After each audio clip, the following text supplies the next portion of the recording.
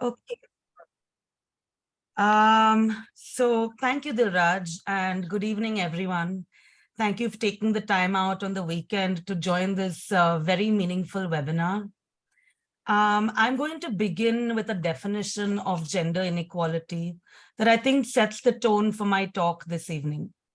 Now, of course, there may be several personal definitions that each of you may have with respect to your daily experiences, but let's begin with this one. I would say gender inequality is the differences in women's and men's access to resources, status, and well-being, which usually favor men and are often institutionalized through law, justice, and social norms. Now, these differences could arise from various aspects, right? From literacy, where there is an educational regress for women despite the nation's educational reforms, the patriarchal setup where men predominate in both societal and family life, even though urbanization and education is changing the mindset, we all know we still have a long way to go.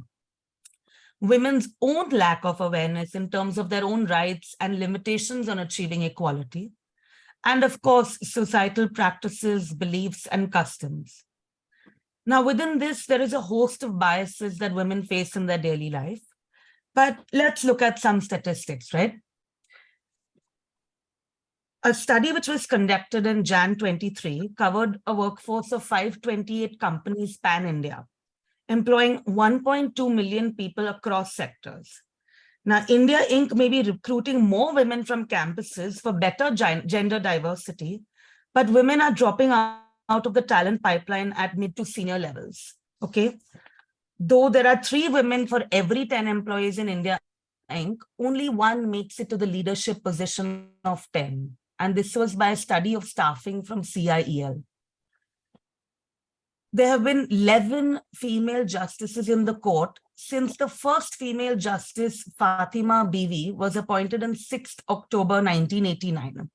And presently, there are only 3 sitting female judges out of 34 at our Supreme Court. India has ranked 127 out of 146 countries in terms of gender parity. Now, this may be an improvement of 8 places from last year, according to World Bank. But of course, again, we all know we have a long way to go. Literacy for females is only at 65.4% compared to 82% for men, often seeing many women drop out of higher education. Of course, there are several underlying factors, and I think I'm not going to delve into them. I feel we all know what those are. But let's look at some more statistics, right?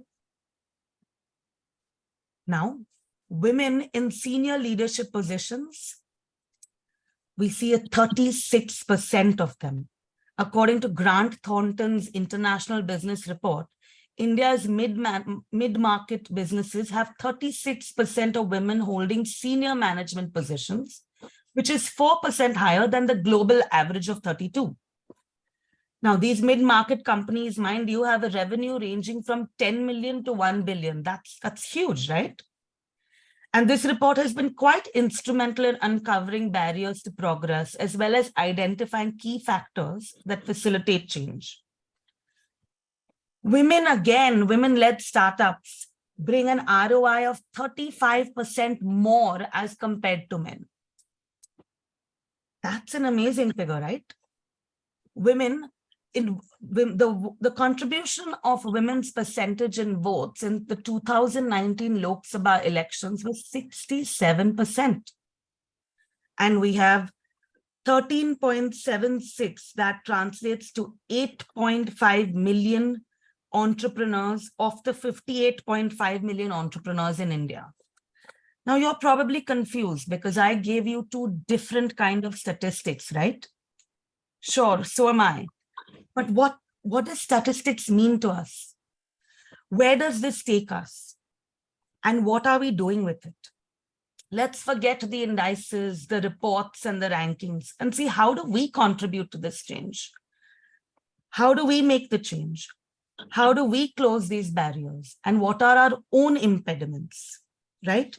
The last 10 years have truly given me and myself personally a voice to address gender imbalances, and more of a voice, I think, in the workplace with various conversations like this one. But it's time to walk the talk. I think walking the talk should begin with the Vedas, because all forms of knowledge are aspects of thee, and all women throughout the world are thy forms. Let's take a moment to actually look through this slide and digest what this means.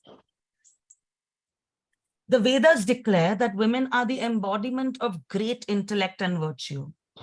The Atharva Veda particularly advocates for female empowerment, claiming that women are an integral aspect of society. Believing each individual to be equal to the next, Vedic literature not only encourages women and girls to be scholarly, but expresses that it is the duty of each parent to ensure that their daughter is brought up and educated with great effort and care. After all, as the Devi Mahatmya Maya states, as I said, women are an embodiment of all forms of knowledge. So then what is it that stops us? What is it that makes us come in the way of this progress? And why do we see conflicting statistics? Why is it that we still have to have conversations like this? Why is it that we are not taking charge? I think fear is foremost when it comes to this. Fear of, am I good enough? Fear of, will I make it? Fear of, what will society think? Fear of so many aspects. But I think I will talk to you from my personal experience. And my personal experience has been, built on these three aspects of being bold, to actively seek and grab opportunities. I've never lost a moment to build those opportunities for myself and actively seek them out and make actionable changes and steps towards achieving them. I've been brave enough to speak my mind and not be afraid, even if it means that I may not be the most popular person on a table. And of course, I think embracing the differences and the strengths that you bring to the table, because of course, all five fingers are not one, right? And when you think about these things, I think it's important to know that success is not a straight line. It's not linear. So don't try to draw that. I think be unique in your own way, challenge the status quo and walk the talk. Give cause to the action that you want to see. And most of all, I think women need to spread that knowledge. We ourselves are our own barriers, and I think we ourselves do not, hold an arm out for those that may be below us, or who probably don't know how to navigate the way. And I think that's probably one of the reasons why us as panelists are here today, to speak from our experiences. And these may be basic truths, but it's these basic truths that are important for that change to happen. And for that, it is an honest communication that you have to bring to the table. Do not try to be the most popular person on the room. We have been ingrained in the way we've been brought up to always be nice, to always be respectful, to be ladylike. But where does that take us? Because that leads to us playing nice, but nice at the cost of what? At the cost of losing opportunities? I don't think so. I think be nice, be polite, but don't be too much of it. Hold your own, stand your ground. And definitely do not look at yourself as being any less. Look at that as the strength and the difference that you bring to the table. And last, and not the least, and I think this is my own personal axiom, is that we're challenging barriers, we're breaking the glass ceiling. And for that, if you have to be that 10%, you have to be willing to do what the 90% won't do. Now, this may just seem like a line, but I feel if you focus on this, your energy will flow to give cause to the action that you want to see. because it's not every time that you will come out a winner, but it's every time that you challenge the status quo, realize that you didn't, that maybe you were a loser. In those moments, you will come out as a sure shot winner.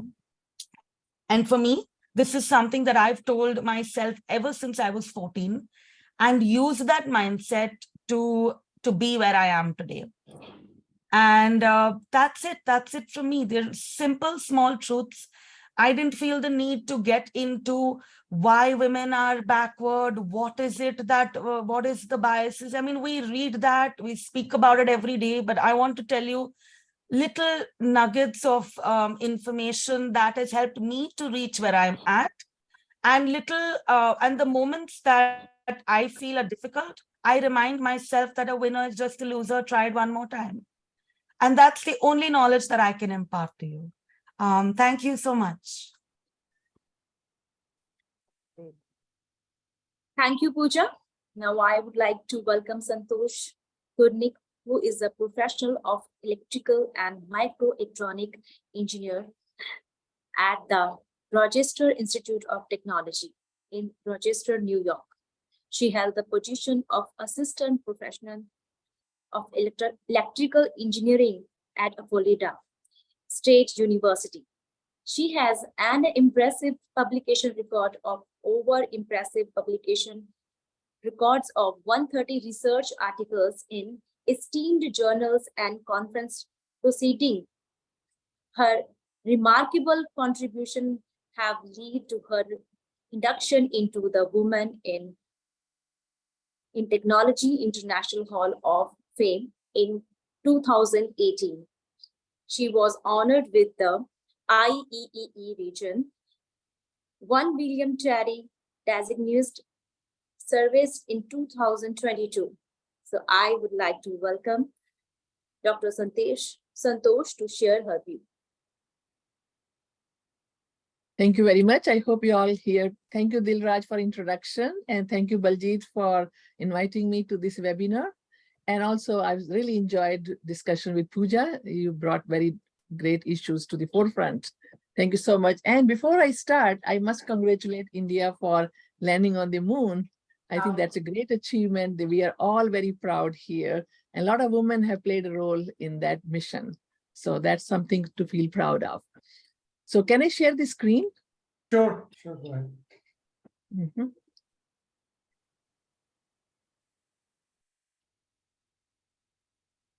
Okay, just a minute. Make me get it. Okay, share screen. I'll go to. Yeah, we can see it. You can see it? Okay. Yeah.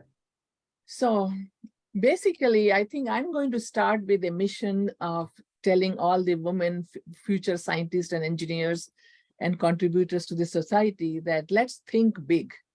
If we think big, we will do big things. So the grand challenges of the National Academy of Engineering are listed here. I'm not going to read all of them, but it tells us that these are the challenges which we have to address going forward. So if we have interest, we will really encourage a lot of young women students into these programs. So make solar energy economical, energy from fusion, and also restore and improve urban infrastructure and enhance virtual reality. I'm not going to read all of them, but important point is that if we think big, we can actually achieve those goals through our education. So engineering workforce are tomorrow. So I'm pointing out some of the key things that we have to address, and we have to communicate to young students that we have to interact across disciplines. We have to build life-changing technologies. We have to look into machine learning and artificial intelligence, and how to use modern tools which are used to make semiconductor chips like technologies. We have to think beyond Earth, and we have to compete globally. We are not in one country. We are living in a globe where we have to compete. But most important is that we must inform public policy. We must inform our media, our journalists, our politicians, and people who make decisions at the government levels. And we have to teach the public and the media. So those are things that we really look forward to. The pillars of engineering are, we have to learn about math, science and engineering. And of course, we have to understand analysis, synthesis, problem-solving skills, ability to realize products, and ability to manage complexity and uncertainty. We have to look into teamwork. In teamwork, I must tell you that we have to work together with men and women. And I think once we are at the workplace, we are all engineers, or we are all the staff members. We have to work in a good team spirit. And as I tell you from my experience, I work in a faculty where most of them are men. But when I sit in the faculty meeting, I never feel I'm different from them. I just feel as confident as themselves. And if they find some problem in any of my data or anything like that, it never comes to my mind that it's being communicated to me because I'm a woman. No, I will listen to what things people are telling me. So I think first of all, we should not self-discriminate. We should always feel confident ourselves. And that's how you will see that people will treat you with your talent, people will respect you. And that's what I've learned over the decades. So here I'm telling that in our educational system, in our schools and courses, we must teach design of experiments, data mining, statistical process control, reliability, and economic sustainability. So these are the kind of things, if we teach at college level, we'll actually create very good engineers for tomorrow. Engineering and technology has empowered women over the decades, over the centuries. You see the first woman sitting in a car, first woman buying a computer, and how the technology has enabled us to do faster cooking, and now women can communicate around the world. So technology empowers women. When you're sitting in a car with your cell phone, you feel very confident and safe. So how did I come to engineering? While I was growing up in India, it was difficult times. We are post-wars, during Cold War, and they have tough economic times. Women were generally considered as economic liabilities. Okay, when a daughter is born, people used to think that now they'll be poor forever. I think we had to break that barrier. And that comes with your own passion, your desire, and support from family and teachers, incentives from the surroundings, government, and the society, and inspiration. That gives you the opportunities. So I would say that India started National Science Talent Scholarship at that time, which was an inspiration for me. So I applied for that, and I actually competed for that. And I was very fortunate that I got this scholarship that made me go to the BS in University of Delhi. And I did summer internship programs like BS in Chandigarh University. And I did second internship Indian Institute of Technology in Delhi, IIT Kanpur. And then also I worked in Bhabha Atomic Research Center and Tata Institute of Fundamental Research. These 5 internships gave me such a good outlook of the science and engineering. Being in India, I think this was a great thing at that time. I could work on neutron scattering in BARC. I could work on nuclear magnetic resonance in TIFR Bombay. And that brought me to new areas of looking into science and technology. So my journey started from there. I went to University of Florida. And of course, my PhD was in NPL New Delhi. And then I came to microelectronic engineering at RIT, where I have lucky to have Baljit as one of my students. So that was great. So you never know where life takes you. So basically all the way from Delhi to Gainesville to Rochester. And of course, now I also co-teach courses in Germany. And that's where I meet a lot of students. And most of the students there are from India, which I'm very proud of them. They are very smart students. So these are the technologies we are moving forward. These have been developed. And now we are looking for a workforce that will take us to the future horizons of the semiconductor technologies. So India is developing a lot of semiconductor programs. So I'm suggesting to Indian entrepreneurs that start making silicon from sand and start growing crystals in India. I know many companies are selling crystal tools to India. India will be leading manufacturer of semiconductor crystals, wafers, which go into chip making. And we also developing some fabs in India. And Baljit can tell more about it.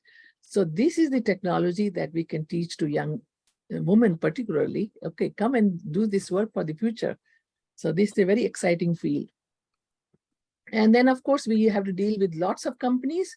So India can develop some companies which design chips, India can develop companies which can make chips, and also instrument companies, and also some companies which do R&D. So here we should look into the food places. So let's look at the whole chart and see that Applied Materials is coming to India, and Intel is looking towards coming to India. Micron has some sort of interest. So I think we should look into encouraging these big companies to come to India and use the workforce that we are creating. And this will take us much higher in the horizon. So this is the semiconductor ecosystem. You can make integrated device manufacturers. We can make fabless companies, which do basically the design. And then Fablite will do some R&D. We'll do some research on our labs. And then we'll make some foundries, which will produce chips and test and assembly. So this is a huge ecosystem, and we need a lot of workforce for that. And India has that workforce. That's why everyone is looking towards India now. So this is the program that we have at RIT. I welcome you to come and visit us. And that's where the lab, this is the lab where Baljit used to work and learn about semiconductor technology. So we will take you here in our clean room, and we can teach students from Guru Nanak Dev University, come here, spend a semester and learn about making of the chips. So that's where we want to work with India.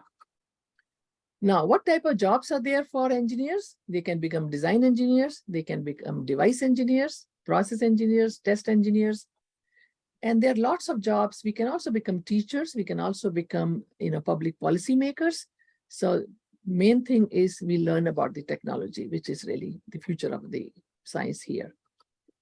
So Indian-US university collaboration, I would like to foster. We develop joint educational training programs, offer merit-based scholarship to students. Industry must be involved. So talk to industry in your neighborhood. They must offer internships to young girls and students so that they learn how to work in the big industry platforms. So in the end, I'll acknowledge Baljit for inviting me to this webinar. Of course, I spoke more about my technology, but at the same time, I want to encourage more women to come into this field. And it's a really very interesting field. I've enjoyed all my life working on this, and there's so much to do in the future. So then I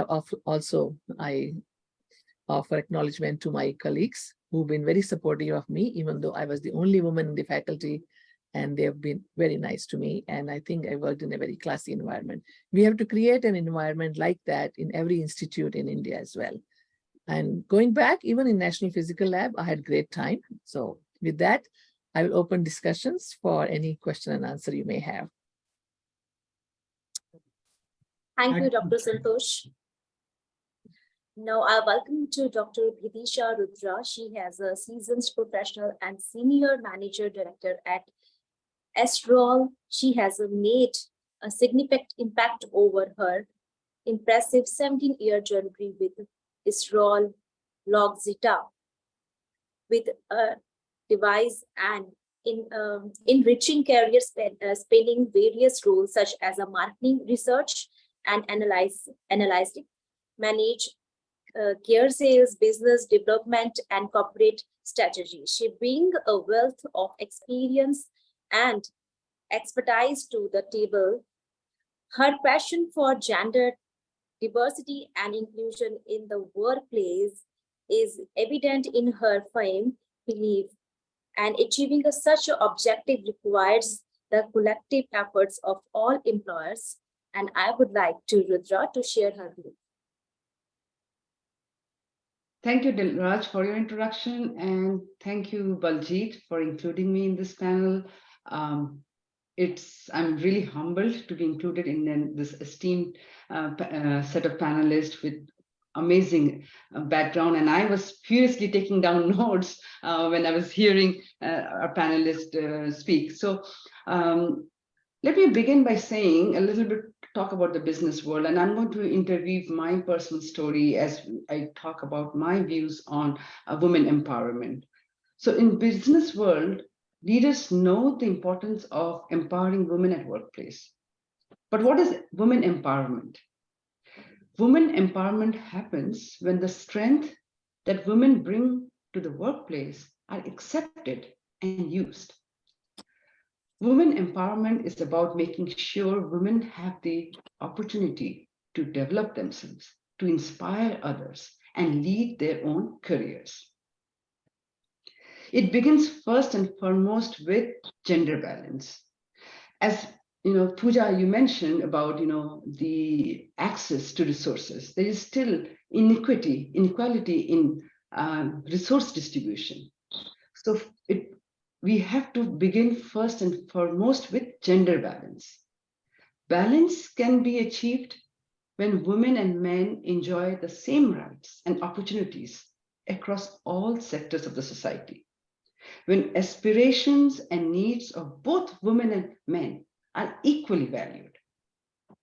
There is a stronger need for gender balance in our families, in the workforce, in the income, in our boardrooms, and so on. Empowering women in the workplace is not only the right thing to do, but it also benefits the organization as a whole. When women are empowered, they're more likely to be engaged, productive, and committed to the organization. So the question is, why haven't we been able to achieve women empowerment till date? Because it has to start from the top. We have to make it a point consciously to diversify positions of leadership. Diversity starts with positions of power. How can female voices be heard or considered if there are only men in executive positions? Pooja, you shared some wonderful statistics of women and men, their distribution in the workforce in India. When we look at it globally, in 2021, only 41 of the Fortune 500 companies had female CEOs, which was 9 more than what the number was in 2017.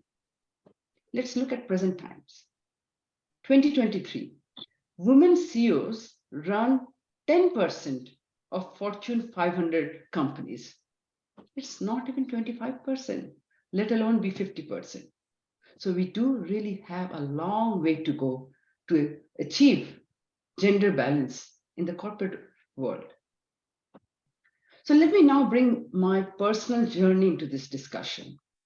15 years ago, at a sales conference, our senior leadership were sharing their views on diversity and equity. When it was time for Q&A, a woman in the audience stood up.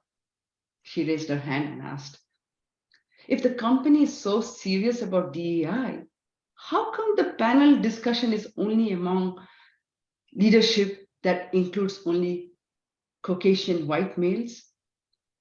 There was a pin drop silence. The leadership realized that she was right. At that point in my company, there was zero diversity in leadership. The execs realized that they needed to walk the talk. They realized they need to make sure the organization has a standard where all, regardless of gender, race, sexual orientation, receive the same treatment. They realized they needed to take steps to ensure female and maternal health are recognized, pay men and women employees fairly and equally, and hold female opinions with the same regard as they would hold for their male counterparts. There was a need to ensure that there is a work-life balance. So the company began to invest in a future that works for women by creating initiatives for career advancements, leadership opportunities, and they cultivated an environment where women were encouraged to lead high visible projects. So an important step in women empowerment is to look internally into the workplace policies, implement fair and inclusive policies. So coming back to my journey, after several years in analytics and marketing, one of my business leaders offered me a leadership role in his sales organization to drive and lead sales for his top 5 customers who bring 80% of the total revenue of the division. My first reaction was to refuse the promotion. Why?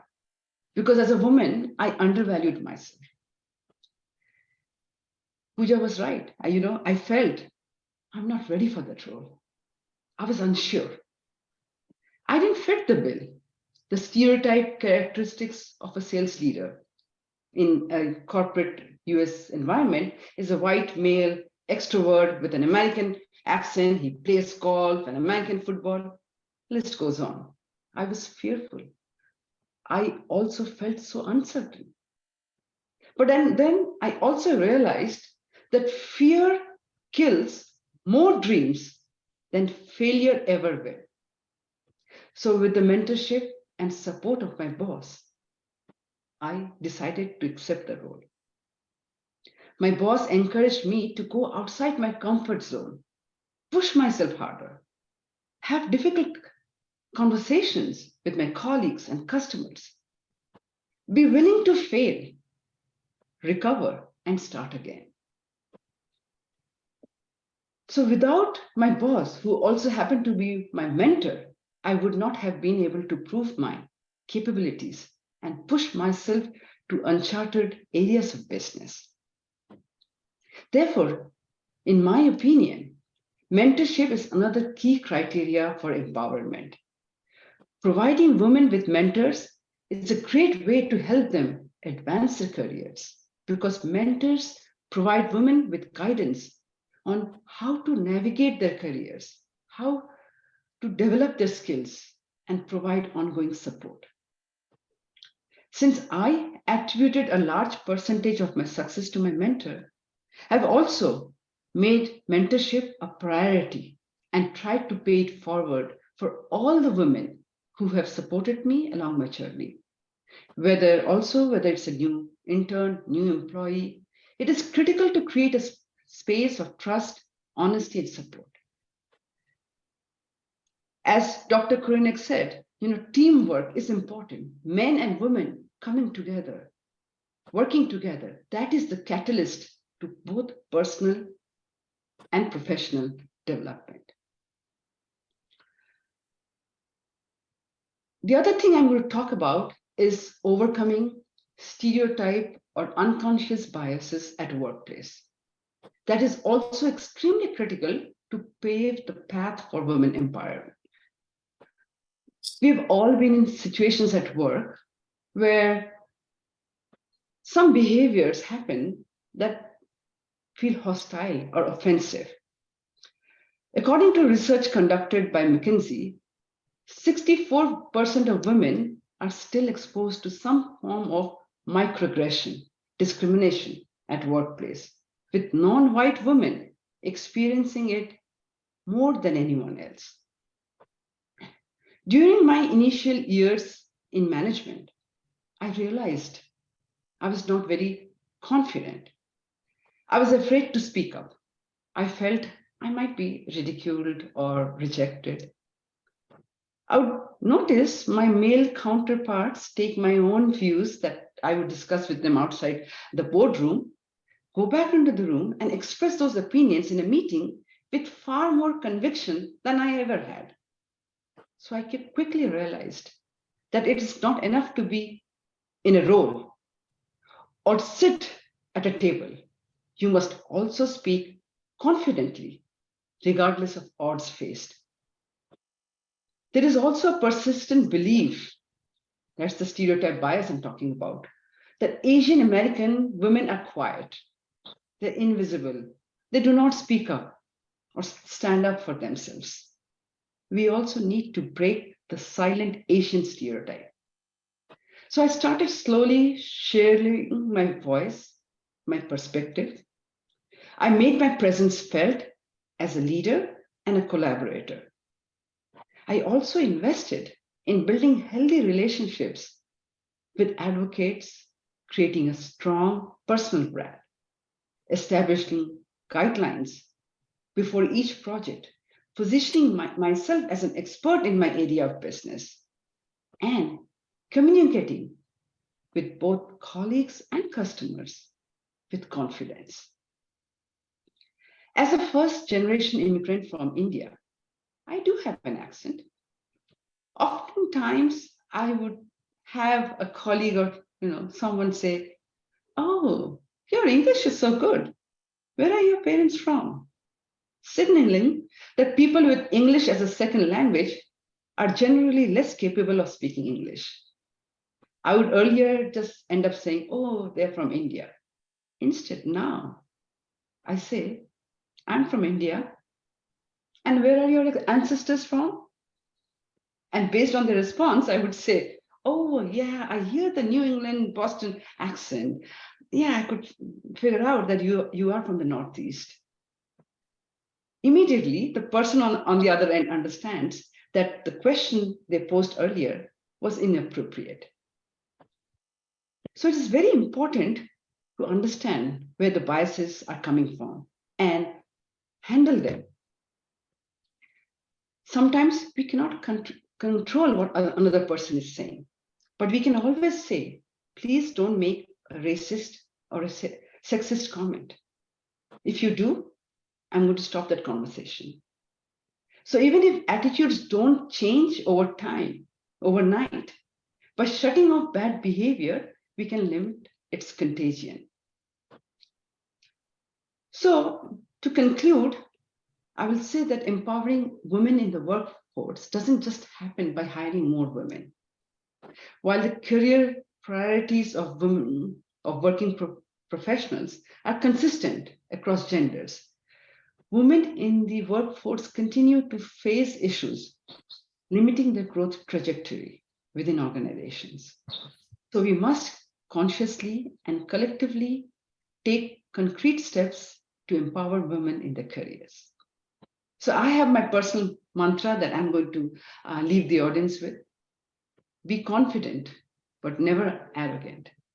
Be strong, but never rigid. Be informed, but never be hesitant to learn. Be an achiever, but never fear failure. And above all, be yourself and never be afraid to be a woman. Thank you. Thank you so much, Dr. Rudra, for your beautiful views. And now I would like to invite Dr. Krishna Sarkar, I'm sorry, and who is an accomplished assistant professional of University of Delhi, where she has been making a significant contribution since 2011. She earned her PhD in economics from Fakir Mohan University, Balasore, Odisha in 2007. She completed a post-graduation economics from Utkar University, Odisha in 1999. Her research of art of creativity writing and accomplishment, the numerous and diverse, reflecting her commitment to advising knowledge and understanding to her field. I welcome and I want you share your beautiful views. Thank you, Dilraj, for introducing me so gracefully. And thanks to the whole organizing team for this wonderful opportunity, setting up a platform where we can discuss about the gender issues and women empowerment. And I think the speakers so far were so brilliant, so insightful. Well, Dilraj, as you said about my economics career, so let me say, being an economist, I would like to emphasize on two keywords. One is welfare and other is development. And Dr. Bidisha must be agreeing with me that these two words are often confused as the same thing, whereas it is not. When we are talking about growth, we are talking about in terms of numbers. For example, it's for a layman language, it's a per capita income or the national income. But when we are talking about development, yes, bingo, we have pointed the right thing. That is, we are talking about achievement or progress of a society, both economically and socially. Now, both the cases are very strong and important for any economy to thrive. Let's say that's first World War country or the second or the third, the key word is the development. And this is the reason where government wants to intervene. A government wants to intervene because for a good governance, welfare and development should be the prime motive. Now, this becomes a challenge for government of a diverse country like India with an overwhelming population, taboos, dominance of patriarchal society, religious diversities. Now it becomes very difficult for India, I mean the countries like India, to fulfill the criteria of welfare and development. Now, reaching and addressing problems at the grassroots level becomes a Herculean task for the government or the administration. Well, I must also include here the efforts of the individuals like Dr. Pooja, Dr. Vidisha, Dr. Santosh, Dr. Baljit, Dr. Surinder, and myself, who wants to make a change in the society, but face a lot of hindrances, say legal or financial hindrances on one side. On the other side, it becomes very difficult for the government to reach out. You can say to avoid the political and the political controversies or the social controversies. So a gap is created. Beside this gap, though the government agencies are working towards welfare and development, let me cite here two very successful accomplishments of government agency. One of them is Kumbhashri, that is being implemented by the Kerala government, and the other is Kanyashri, implemented by the West Bengal government. Despite the initiatives by the government agencies and the hindrances faced by individuals like you and me, a gap is created in the society, a gap to fulfill welfare and development motive. And here comes the role of NGOs. So NGOs become a bridge between the individuals and the government agencies. Now, the role of NGOs are not that easy. Rather, they're arduous because they have to reach the grassroots level. They have to address inclusively the issues which are, you can say, a bit hushed. So now we can see the NGOs addressing all the tough issues or the sensitive issues like human rights, prostitution, poverty eradication, animal rights, health and nutrition, environment pollution, education plans, literacy, and the most important and sensitive issue that's for which we are sharing the platform is gender equality and women empowerment. Now, as Dr. Pooja said, gender is a broad spectrum. It is a term that exists as a social construct when it comes to roles, responsibilities, or norms that have been already set by the society. It is so distinctly visible how we can directly see various roles and responsibility and societal thoughts being dragged when it comes to the role of men and women in our society. Now, we all know, and we all the ladies here must be agreeing that the role of women in a patriarchal society becomes very limited, economically and socially. Women has always been constricted to the domestic domain, being the weaker sex. Her contributions are always undermined. Her problems are left neglected or unattended. And one such critical problems which is unattended and not looked after is her health. I mean, women health. And among the women health, the most important, you can say, the issue that has been hushed up or has not been addressed properly is the problem which has been engulfed with superstition. It has been engulfed with myths. It has been engulfed with taboo. And that issue is the issue of menstrual cycle. India, as we know, is jumping the ladders of achievements on one side, but it is filled with the contradiction on the other side, where the parents try to avoid speaking to their girl child about the menstrual process, about the hygiene. And even if they speak in a very superficial way. Sort of, let's avoid it. Let's avoid this uncanny questions. Here, I would like to mention again an individual effort, the effort made by Asmi Books, with whom I am very passionately associated with. Now, the Asmi Books is a publication house of a different view, or it's a publication house of a different taste. which deals with children's literature. And Asmi Books has come up with a book named Adolna, or Piyu and Adolna, Hamare Bade Hone Ki Kahani. This is a story which has been translated by Mr. Bent in Punjabi, and we are translating it in English.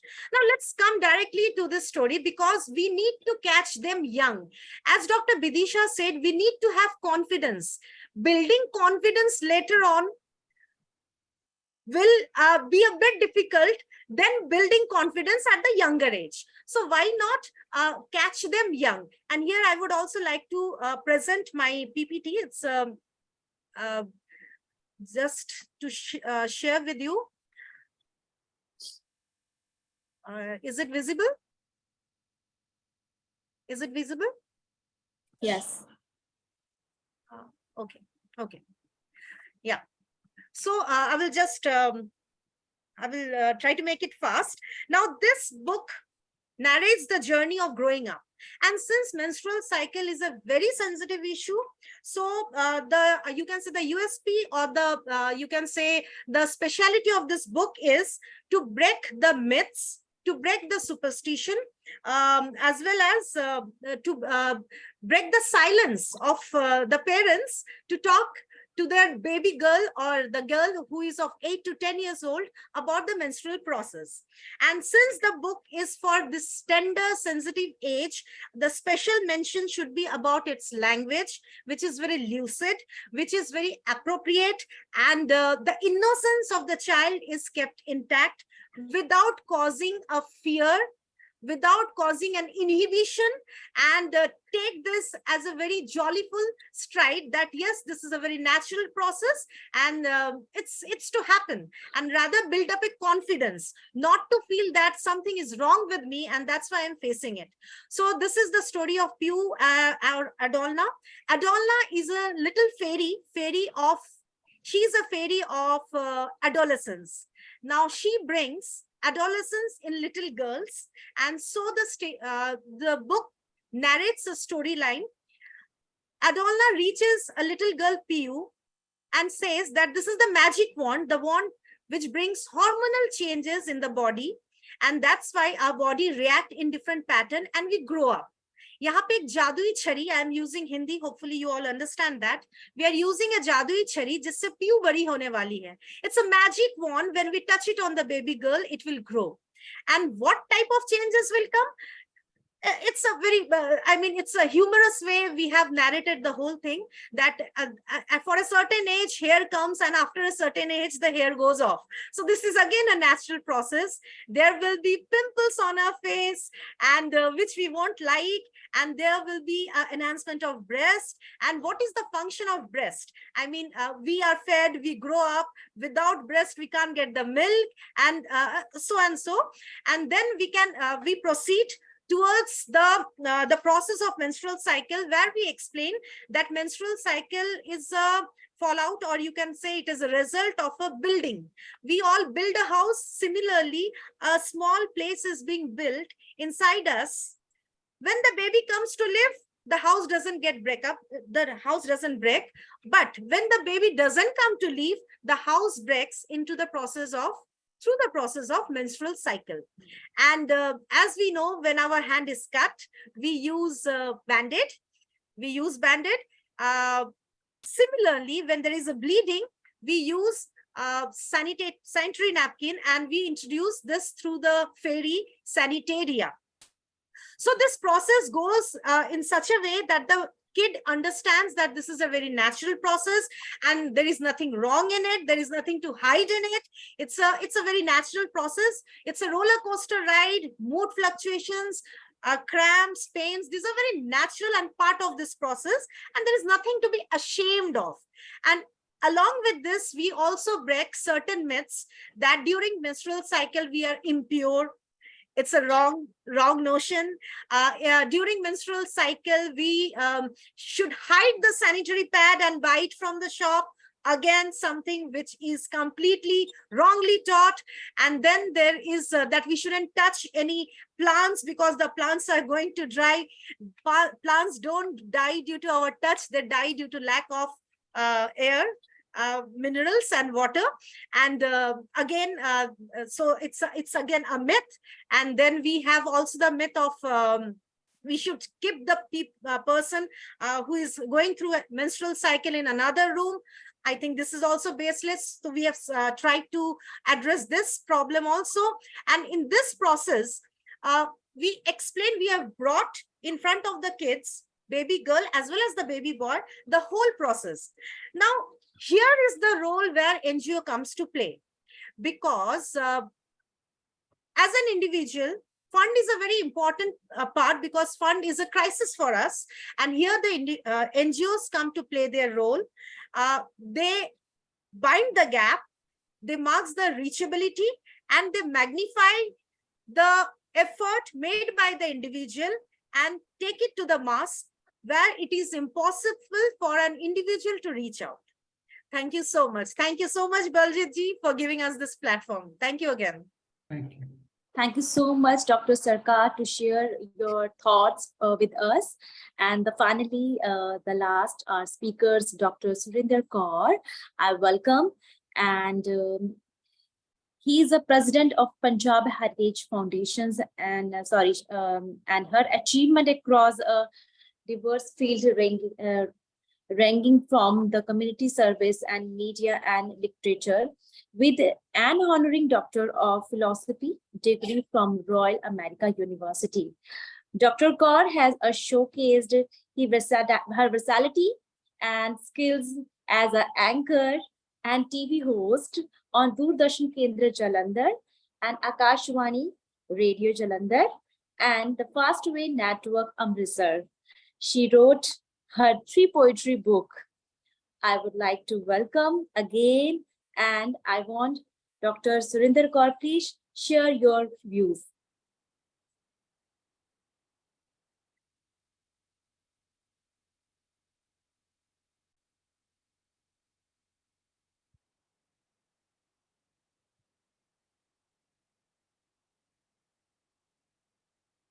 We cannot hear you, Dr. Kaur. Hello Yeah, we can hear you now. Yeah. अब सुन रहे हैं आप? हाँ जी, हाँ जी.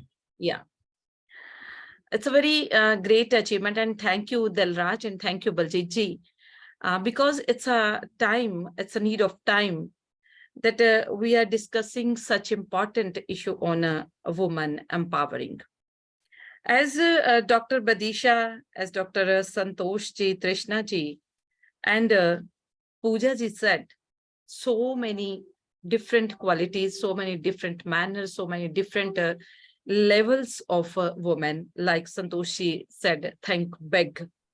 Rudra ji said, gender balance. And Trishna ji said, you can say, welfare and development.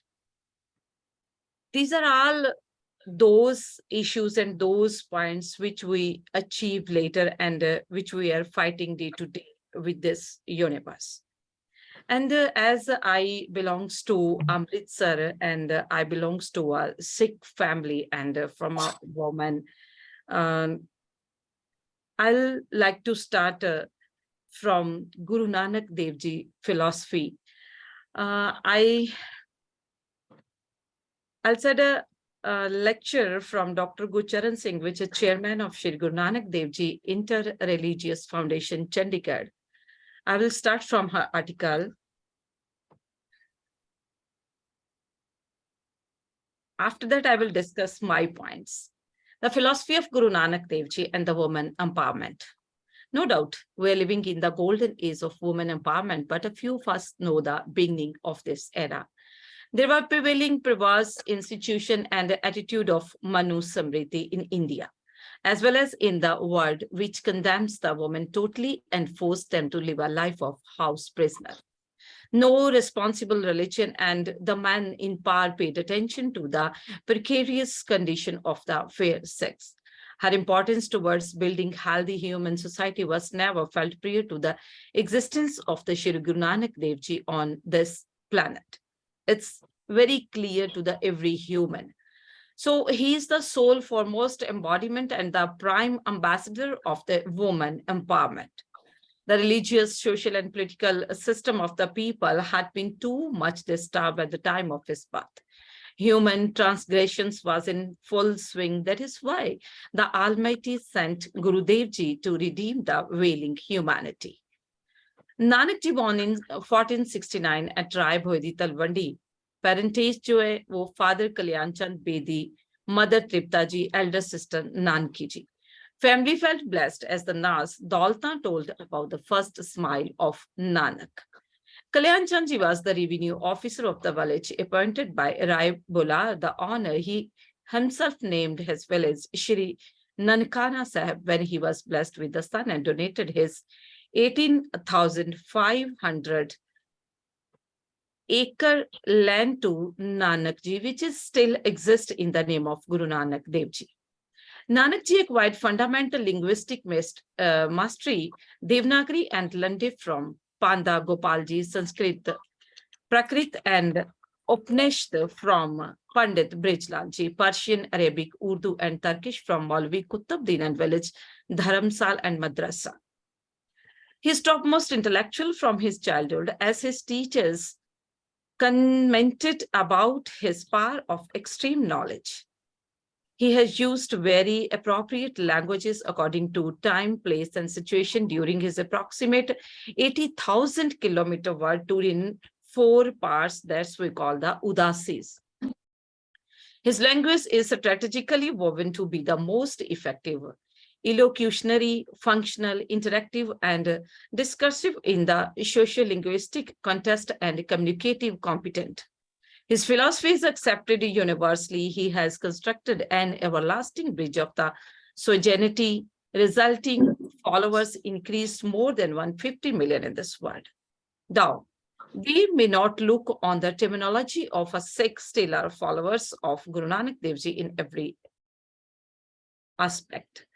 His predecessors have adopted his philosophy and it has been permanently enshrined in Guru Nanak, Guru Granth Sahib Ji. His very first revolutionary action is that he challenged the ritual of wearing Jneu to men only while neglecting the woman. This was the first point. The vast discrimination is not accepted to him.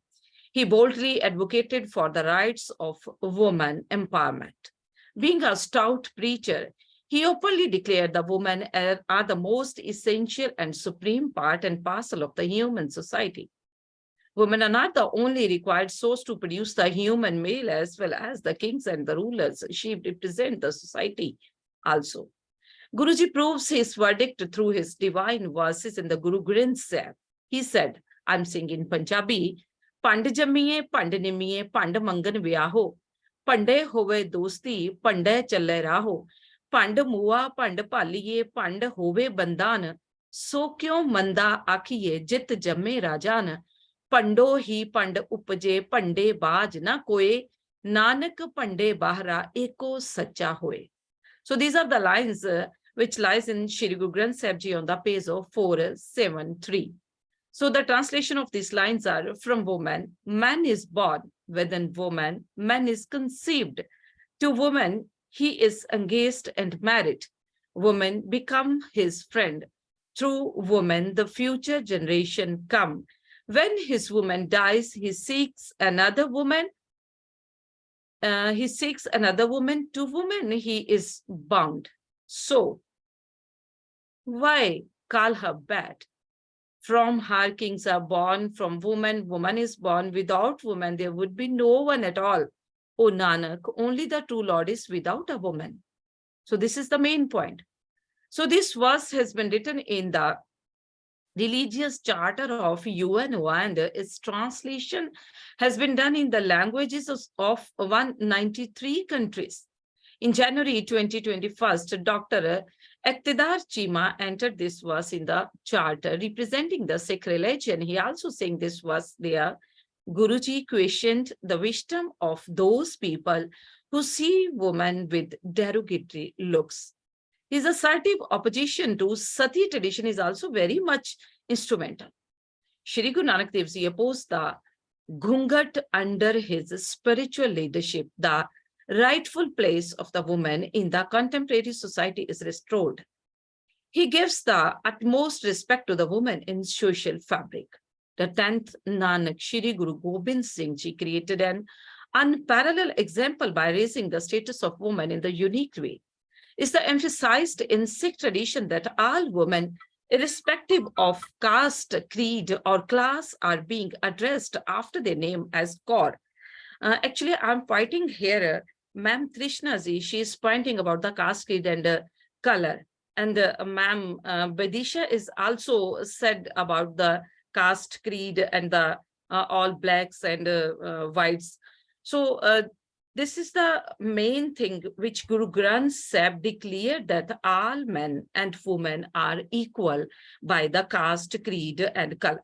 So this it is uphold the tradition started by Shri Guru Nanak Dev Ji, empowering women in the society. It was the constructive advice of Mata Gujar Kaur Ji to Sahibzada Jorawar Singh. Now, Mr. Narendra Modi Children Day announced the Children Day on the name of the Sahibzada Fateh Singh and Sahibzada Ajit Singh, Jorawar Singh. So it was the constructive advice of Mata Gujar Kaur Ji to Sahibzada Jorawar Singh, is 9 year, and Sahibzada Fateh Singh is 6 year. Captured by Sirhind's jihadist Nawab Wazir Khan, they preferred death instead of conversion of Islam, as their grandmother was behind the scene. This is the power of a woman. So next is Mata Sahib Kaur Ji, wife of Shri Guru Gobind Singh Ji, played very important role to sweeten the divine Amrit by putting patasa. Patasa is sugar balls. Patasa when it was going to be prepared by Guru Ji. So Mata Sundar Kaur Ji administered the Sikh diaspora after the expiry of Shri Guru Gobind Singh Ji. The respectful place given by Shri Guru Nanak Dev Ji to the woman have been started, manifesting an outwork of the civil society. The Sikh women showed their valor in the battlefield too. In this category comes Mata Bhag Kaur Ji and Bibi Sharan Kaur Ji. They fought within the Mughal armies with the chivalry and set new records in the woman history. Guruji's teaching have great and clear role to play when it comes to set standards of gender equality in the prevailing society. It was under the influence of the teachings of the Guru Nanak Dev Ji that the Sikh woman bore the sheer pain when the cruel ruler of Lahore, on the behest of Nader Shah, the invader, cut their children into small pieces in front of them and garlanded those pieces around their necks. It was a tragic moment. That is only the enthusiastic and stable empowerment of the woman. This is the main point. Is the impact of Guruji's philosophy and the divine principle that Maharani Jind Kaur commanded the Sikh army and fight against the British after the expiry of Maharaja Ranjit Singh. Here is philosophical dictate to empower humanity. So, 5th Nanak Shri Guru Arjan Dev Ji describes empowered qualities of women in these divine verses. He said, Jab lag duniya rahiye, Nanak kich suniye kich kahiye. This is on the page of 661 in Shri Guru Granth Sahib Ji. As long as we are in this world, O Nanak, we should listen and speak of the Lord. And the next lines are, Nij Bhakti Seal Vanti Nar, Roop Anup Puri Achar, Jit Greh Vasse So Greh Sobha Vanta, Gurmukh Pai Kine Varle Janta. So these lines on the page of 370 in Shri Guru Granth Sahib Ji. Sorry.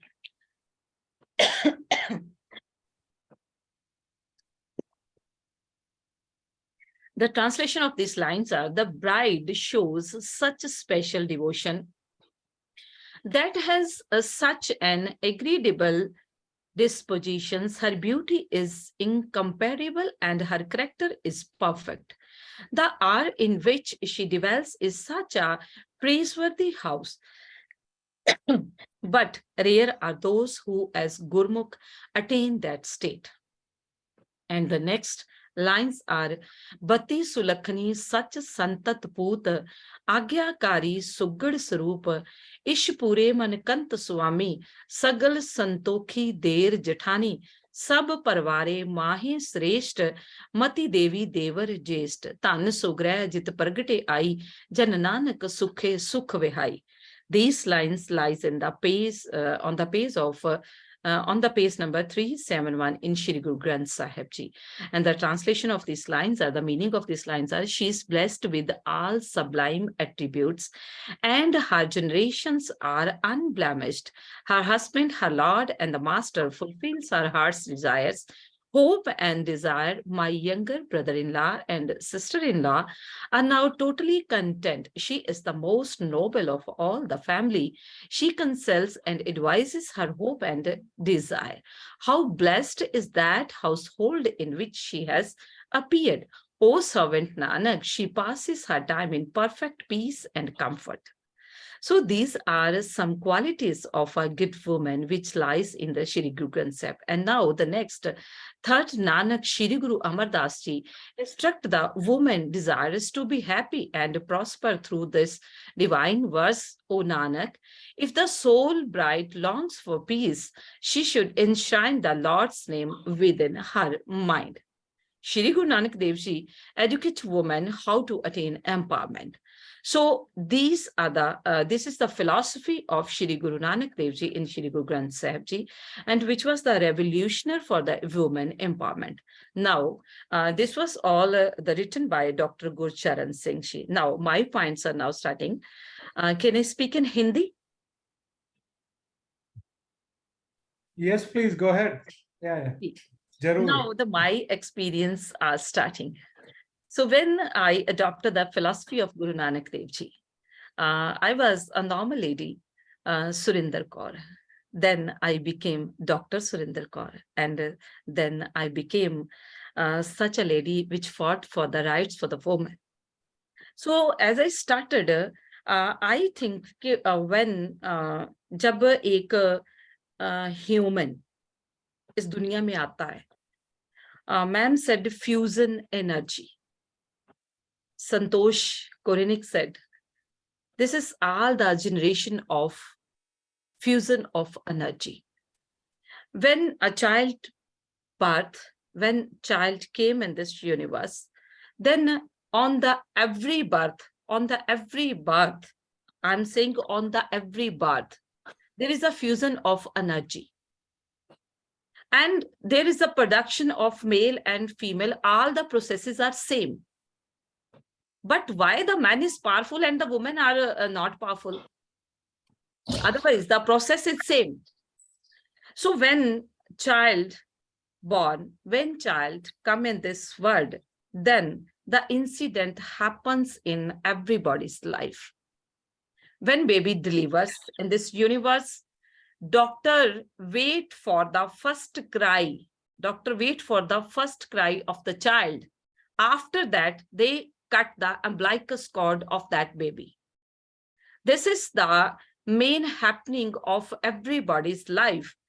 Then the question arises at this time, on this time, that what happens at that time when child doesn't cry and doctor don't cut the umbilicus cord, and there is a little time between the cut of cord and with the cry of that child. What happens at that time?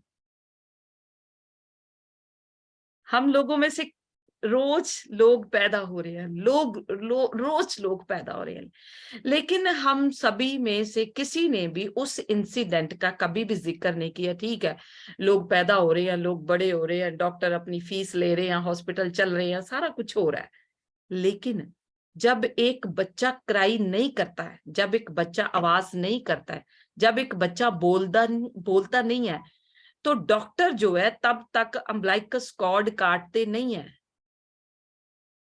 उस समय क्या होता है इस universe में? Who comes in that body, who enters in our body, that हम लोग human बने। अगर वो चीज हमारे अंदर एंटर नहीं होती तो क्या हम ह्यूमन होते? वो जो लाइफ का एक एनर्जी पॉइंट है, वो जब हमारे अंदर गया तो तब डॉक्टर ने, तब बच्चे ने क्राई करा, तब बच्चे ने आवाज करी, तो डॉक्टर ने अम्बिलिकस कॉर्ड काट दी, बाहर से बांध दी, अंदर कौन गया? That is the point of energy. अंदर कौन गया? अगर बच्चा रोता ना तो बच्चा तो डेड था, डॉक्टर बोल देता है सॉरी आपका बच्चा रोया नहीं, ही इज डेड। तो हम में से वो लोग भी, हम में से भी कोई डेड हो सकता था, लेकिन हमारे अंदर उस समय एक एनर्जी ने एंटर किया। अब पॉइंट इज दिस कि एम्पावरमेंट ऑफ वुमेन, अब एम्पावरमेंट ऑफ वुमेन, कुछ लोग जो है जिनके अंदर वो सारी एनर्जी गई, और हम लोग अपने आप की जो इनर रिलायंस है, जो सेल्फ रिलायंस है, वो हम लोग करते हैं सभी। हमारे आयुर्वेदा में जैसे सर ने बोला कि mental illness, we are focusing in the university now on mental illness program. तो mental illness and the power of inner self, what is that? जब हम लोग गुरु ग्रंथ साहब में आते हैं तो गुरु ग्रंथ साहब में एक पाठ है आनंद साहब, उसमें आता है जा तू जग में आया तुद में जोत तरी ता तू जग में आया। When you enter in this word, then placement of a light inside you, and then you come in this word. So this is a very little process. Man, Santosh said, think big, but I think start from minute level. Think big, but start from very minute level, because these minute things, this atom, this is very, very small thing. Atom is a very small thing, but when it creates fusion, then it creates a lots of energy. Then we are all the power of fusion. So when power entering in our body, then we make the human, otherwise we are a dead body. So energy, power, and the empowerment of all the human are starting from that small point. So we should keenly notice that point. And we are, you can say, okay, we are making so many success stories. We are traveling a lots of journeys, but there is a small journey which comes in our inner side.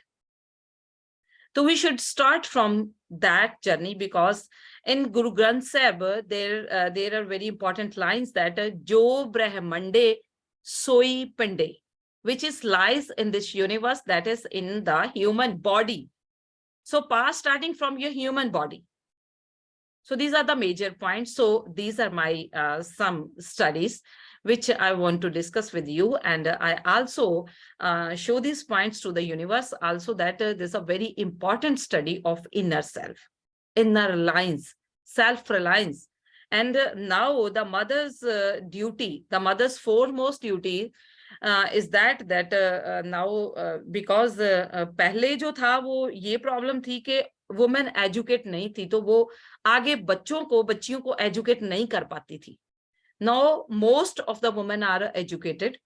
तो हमारी जो first and foremost duty ये बनती है कि दुनिया की बड़ी स्टोरीज तो बन जाती हैं, उसके लिए बड़ा स्ट्रगल करना पड़ता है, और बड़े स्ट्रगल के बाद एक बड़ी स्टोरी बन के बाहर आती है।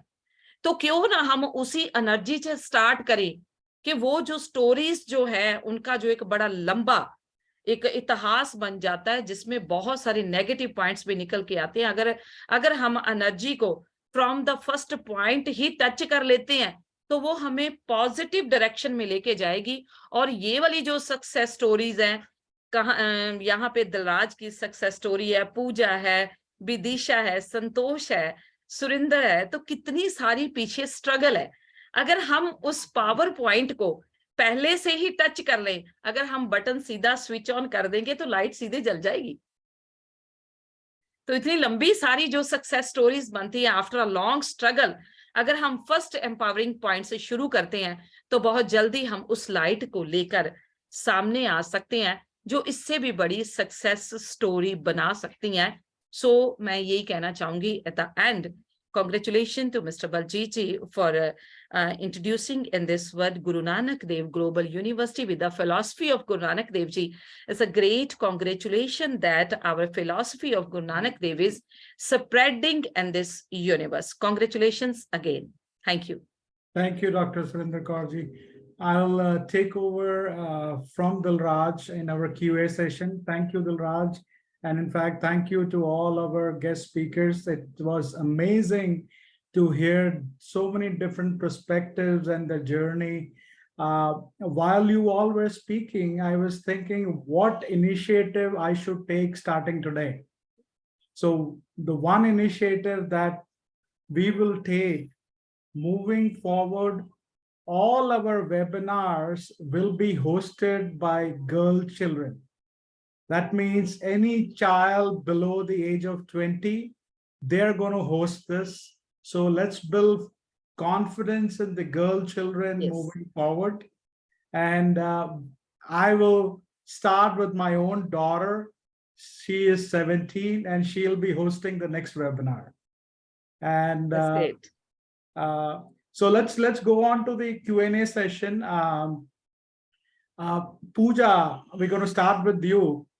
Amazing. You set the tone, Pooja, really. Brave, bold, beautiful. Success is not a straight line. Challenge is status quo. Compassion, empathy, and love. Honest communication. Play nice, but not too nice. Onward and upwards. You really set the tone with all the data that you shared. So Pooja, question to you is, what is the significance of gender equality in your word? I know everybody explained it. In today's world, if you want to sum it up, how would you like to sum it up?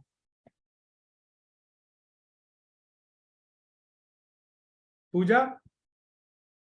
I think anybody else in the panel want to take this up in order to sum up the journal gender equality? How would you sum it up in your words? Dr. Surinder Kaur, over to you.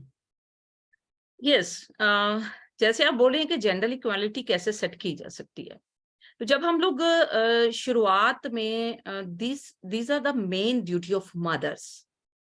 These are the main duty of mothers. When she try to teach all the important issues, when she teaches all the points, मैं ये कह सकती हूँ कि जब mother's अपनी baby को ये बताती है ना कि तूने किस गली से जाना है और वहां पे क्या नोटिस बोर्ड रहेगा और आपने उस नोटिस बोर्ड को किस तरह उसको देखना है और वहां से कैसे निकलना है, तो जब एक औरत के अंदर अभी कल एक फेसबुक के ऊपर बात चल रही थी कि दो आदमी एक सीट पे बैठे हैं और उस सीट के पीछे लिखा है specially for women, these seats are for women, और उन्हीं के पास एक वुमेन नीचे जमीन पे बैठी है।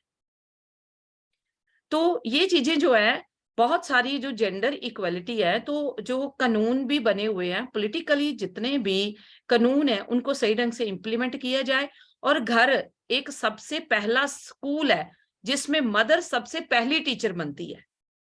उसमें मैं बाप का भी रोल नहीं समझती हूँ, मैं सोचती हूँ मदर सबसे पहली टीचर बनती है। तो जेंडर इक्वालिटी को हम तभी सेट कर पाएंगे जब औरत को, जो मैंने बात पहले कही कि उसकी जो इनर रिलायंस है, सेल्फ रिलायंस है, उसका जो एक मेडिटेशन लेवल है, उसके अंदर जो पावर है, जो छोटे फ्यूज की है, तो अगर वो बड़े वाट की हो जाती है तो खुद वो बड़ी बन सकती है। संतोष जी ये मेरी वाट वाली बात समझ रही होंगी बिकॉज मैं सोचती हूँ कि पावर ऑफ द एनर्जी, तो पावर ऑफ द एनर्जी अगर हमारे इनर सेल्फ से निकल के बाहर आती है तो nobody can dare to threat us, nobody can dare to you can say कि हमें कोई नीचा नहीं दिखा सकता। तो यही पावर जब प्लस होती होती आगे निकलेगी तो फिर we can be more empowered in this world and we can establish the gender inequality. No, thank you. Dr. Kornick, her talk kind of summarized in a very different way of technology viewpoint. Yeah. And I always love to hear from her. I have been hearing since I would say I was 18 years old when I went to RIT. I had the privilege of listening from my undergraduate, all her talks. So Dr. Kurnik, you talked about thinking big, engineering workforce, the pillars of engineering. How can universities encourage women participation in STEM fields? And that's a very good question. That's a great question. I think the first thing that I would suggest is that, I want to live in a world where I don't want to pitch men against women. So we have complementary strengths and we must admire that. I know that if I look back into my life, I got strong support from my father, my brothers, my uncles, and also my colleagues here. So I think that we have complementary strengths, which is good because that is how a system works better. If I'm walking down the hallway, I'm holding a very heavy stuff in my hand, and a young man comes and says, "Can I help you?" I don't feel offended by that, So I think some of those manners, they come with the society. And same thing with if someone says that, "Well, I'm making coffee. Do you suggest me how much coffee should I put in?" I shouldn't feel that he's degrading me because I'm good in cooking. I think that's something that we should be very proud of what we know. And I think women are very good in multitasking because that is how they, for instance, they raise the family, they do multitasking. And we have those strengths and we should make use of them. And as far as thinking big is concerned, I think early on, if you tell young children, men and women both, that what is society is going forward to, like I say that when we are landing on the moon and when you're doing big things, I'm seeing that a lot of young women are interested in that. They're very much interested in these fields and they want to do that work in that particular direction. They want to go into sciences and all that. So universities can do something is that they can really empower these, starting with K through 12. Our science education in K through 12 should be strengthened. And it should be more strengthened to physical sciences. Suddenly we became too much into biological sciences, that women can take only jobs as nurses and doctors. That's very good. Of course, we need nurses and doctors. We also need engineers. So I think what we should do is strengthen our education in K through 12 and offer scholarships to women to apply for scholarship and compete for it. I don't believe in quota system. You compete for it. We should encourage women to be very competitive, which they are actually, if you give them those. When I went to University of Delhi, there were hundreds boy students in my class and we were 20 of them. And my class fellow was Shobna Narayan, the famous dancer, she also did MSc physics with me. So we never felt that we were different from them, even in those days, even in 1970s. I think over time, the fashion industry has used women a lot. I think women should not be so vulnerable to those changes in society. Just be strong, just be practical, go do big work, big thing. So I think that competitive scholarship for women should be, they should compete with guys. They can compete very well, I'm quite sure. So then they feel more good about themselves because they have competed and they got the job or they got the admission because they are smart. And I give you an example. I had a student, she just qualified, finished her Masters of Science with me, Jenna Duran, an American girl student. She went for interview. She got 4 job offers from 4 different universities. IM Flash, Micron, Intel, and one more company, I think Northrop Grumman, I think. So I said, why did you choose the job that you chose? You had 4 offers. She says, that was the only institute that said we want engineer. They didn't say we want women engineer. Because some universities, some say, oh, we want more women to come. Okay, you come because you are a woman. And she felt degraded because of that. She said, I want to be an engineer. So I think that confidence we should give to young girls, that you can do anything. I'll share your screen here, just quick one, if I'm allowed to. Sure. This picture I show to everybody. Can you see it? Yeah. It's a very famous picture of the founders of quantum mechanics. And you see that they're all men sitting here except one woman, Madame Curie. Yeah. And they say that this picture has a lot of interpretation, and everyone said that the confidence she had sitting there, look at the confidence she has. She's not feeling I'm the only woman here. She's feeling I'm one of everybody. I think that's kind of inspiration I want to give to my girl students, that you can do anything. It's just a matter of your choice. Your choices should be such that you drive towards them. So I'll just stop sharing maybe. Excellent. Thank you, Dr. Purnik. Now to Dr. Badisha Rudra. I mean, your talk also captured very good data when we talk about Fortune 500, only 41 women CEOs in 2021 and 10% right now in 2023. I think the key thing that I really took home, I'm taking home today is the quote that you've given: fear kills more dreams.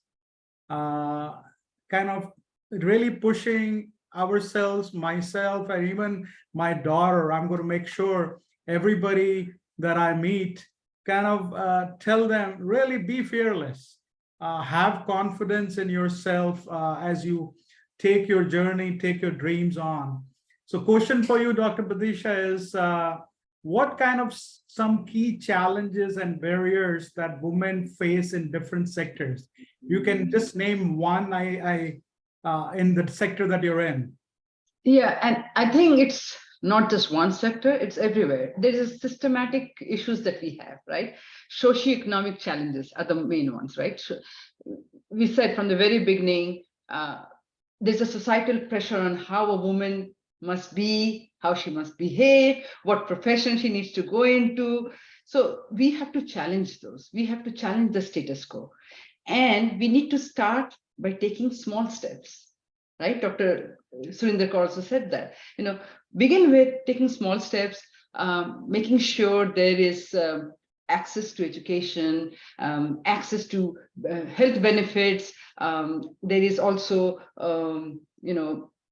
in any sectors, all sectors, I believe, we need to look into the gaps in pay scales, benefits. When a woman takes a maternity leave, doesn't mean that she should be just considered out for any, she should not be considered for any promotion that may happen, right? So we need to be very cognizant that both genders, all genders have some barriers and some conflicts and how they progress in their career. But collectively, if we are aware of the issues we have and we solve them, it's collectively collaborating and recognizing barriers in our careers is the way to overcome the obstacles.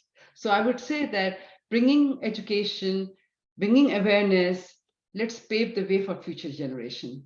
Be bold, be strong, and that's how we progress. Great. Thank you. Thank you. Thank you. Now over to Dr. Trishna Sarkar. She gave excellent examples of how different state governments, especially Kerala and West Bengal, are making good inroads. Amazing work that she is doing. In fact, I have the book that is written in Punjabi, Adolna. And it's amazingly how you have captured and your team has captured this.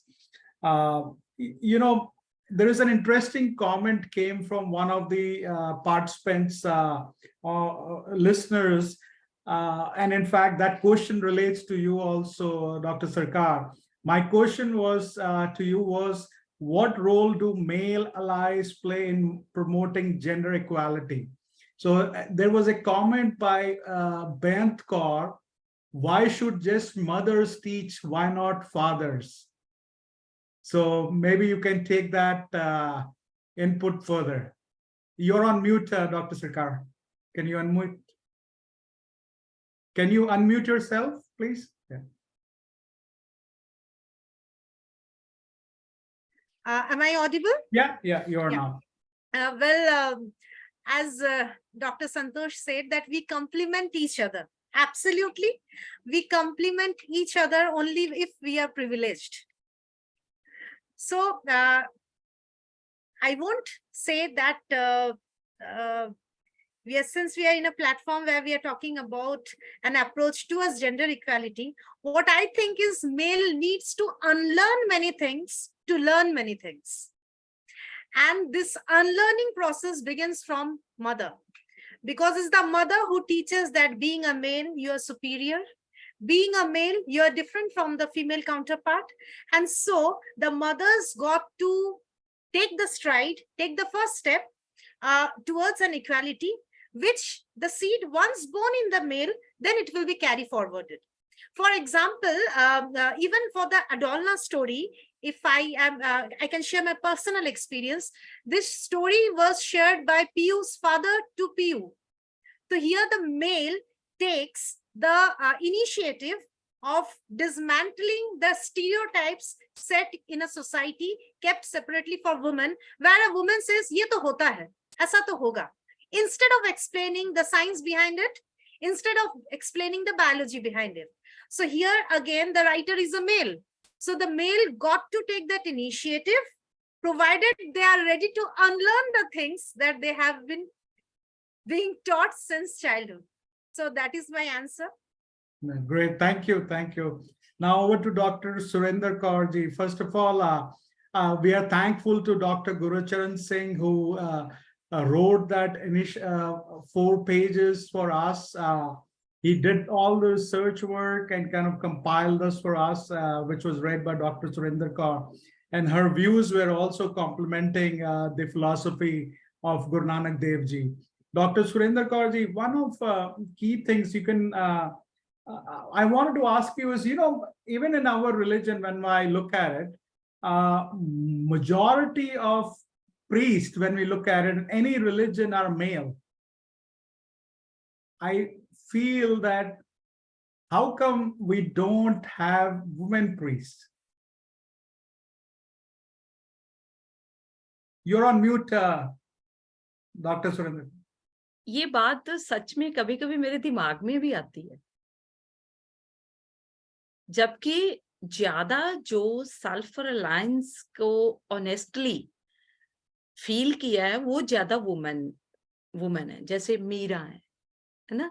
तो हम अपने system में जब हम देखते हैं तो behaviour में देखते हैं, जहाँ अगर हम ये देखते हैं कि अगर हम किसी भी गॉड द वेज है ना, तो हम प्रेयर में भी जाते हैं, तो जो बेसिक क्वालिटीज वुमेन की होती हैं, उसकी टेंडरनेस, उसकी लवलीनेस, उसकी स्वीटनेस, उसका बिहेवियर, उसका किसी भी चीज के प्रति बिल्कुल ऑनेस्टली के साथ, ऑनेस्टी से उसके मतलब डीप चले जाना।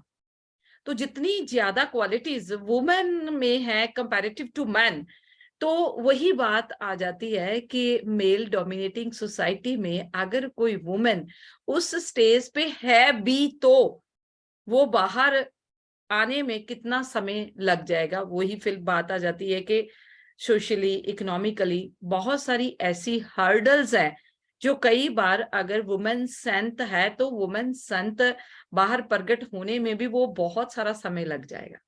तो उसके लिए ये चीजें सामने आने के लिए इससे सबसे पहले ज्यादा ये जरूरी है कि उसका अंदर जो सेल्फ रिलायंस है उसको बाहर लाने के लिए वो सारे फैक्ट्स जितने भी चाहिए वो क्रिएट कैसे कर पाए। तो ये सारे का सारा जितना भी है, these are all the process of you can say planning।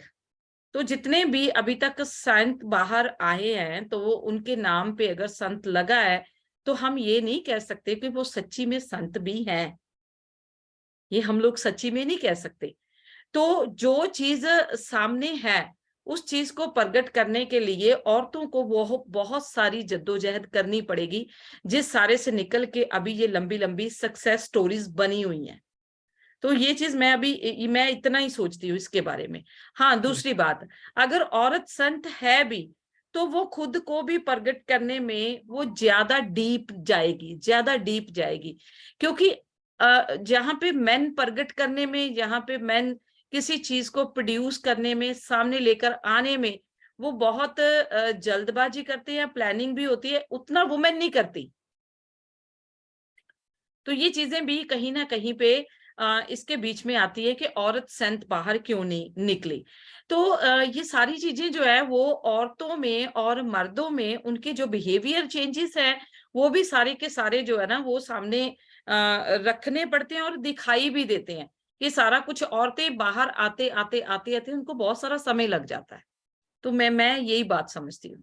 Great, thank you. I really want to thank all our guest speakers. आप लोगों के सबके views, your views were very valuable, and I'm sure all our listeners, be it on the Facebook or live who are attending this, are going to benefit from this webinar.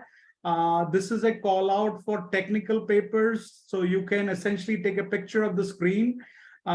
Please contribute to the Women Empowerment Journal that's going to be coming on our September issue. So we're looking out for articles from you all on this. Our next webinar is going to be on sustainable cities, transforming urban landscapes together. So it's going to be, again, the last Sunday of the month, September 24th. Time is going to be same, 8 p.m. India, 10:30 in New York time. And finally, gear up to be in Dallas 2024, June 28th to 22nd. You can scan and register for this so we can make arrangements, and hope to see you in Dallas.